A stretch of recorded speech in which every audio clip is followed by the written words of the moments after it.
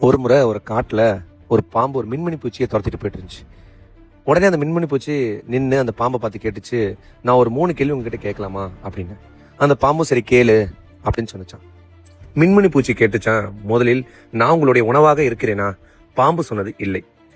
மின்மினி பூச்சி மீண்டும் கேட்டது, நான் உங்களுக்கு ஏதாவது தீங்கு செய்திருக்கனா, உங்களை ஏதாவது பாதிச்சிருக்கனா அப்படின்னு கேட்டுச்சான். அதுக்கும் பாம்பு இல்லை அப்படின்னு சொன்னச்சான்.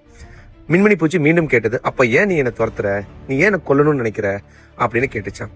அதுக்கு அந்த பாம்பு சொன்ன பதில் தான் இந்த உலகத்துல நிறைய பேருடைய வாழ்க்கைக்கு ஒரு பாடம் அமைஞ்சுது. பாம்பு என்ன சொன்னுச்சுன்னா, நீ எனக்கு எந்த ஒரு பிரச்சனையும் இல்லை, ஆனா நீ ஒளி விட்டு பிரகாசிப்பதை என்னால பார்க்க முடியல அப்படின்னு அந்த பாம்பு சொன்னிச்சான்.